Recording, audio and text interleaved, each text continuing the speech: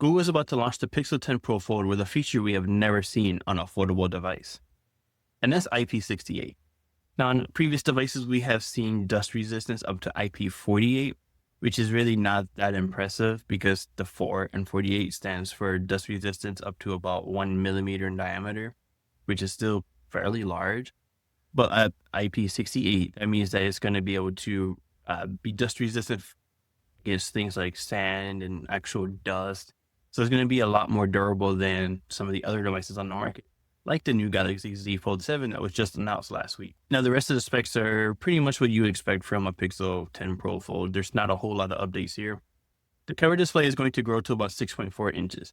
Now, this is going to be because of the much thinner bezels and the much smaller hinge that we have on the Pixel 10 Pro Fold this year versus the Pixel 9 Pro Fold last year.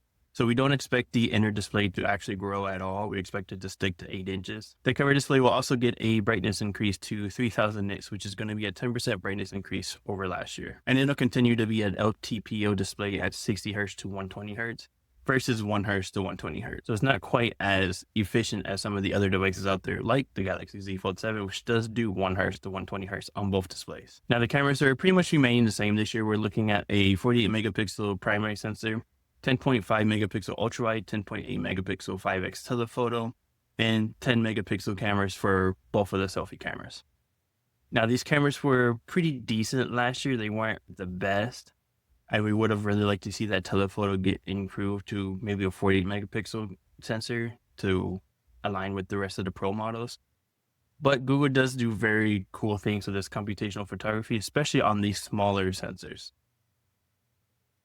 Now, internally, we have the Tensor G5, which is going to be built by TSMC on their 3nm process. It will also have 16 gigabytes of RAM with storage options for 256 gigabytes, 512 gigabytes, and 1 terabyte. Now, that 1 terabyte is going to be new this year. And with the last two Pixel Fold models, we only had 256 and 512. So getting that 1 terabyte storage option is going to be very nice, especially with all the AI features that Google has been rolling out and plans to roll out over the next 7 years that this device will be supported. Now, finally, let's talk about the biggest upgrade probably for the Pixel 10 Pro Fold. And that's going to be the battery. It's a 5015 milliamp hour battery. That's about 7% larger than the Pixel 9 Pro Fold's battery and about 9% larger than the new Galaxy Z Fold 7's battery, while sticking with pretty much the same physical size. That's pretty great to see, especially where the Tensor G5 is set to be even more efficient than it was last year. So we should see even better battery life. It may still not measure up to what we're expecting to see from the Pixel 10 Pro XL, which has that 5200 milliamp hour battery, because it does not have that larger display that the Fold will have.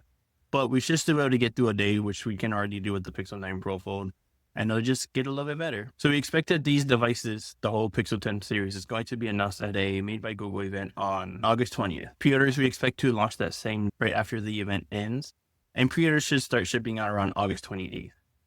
Now, last year, we did see that the Pixel 9 Pro Fold did actually start shipping about a week or two after the rest of the Pixel 9 models, which is something we might see again this year, though it's hard to say right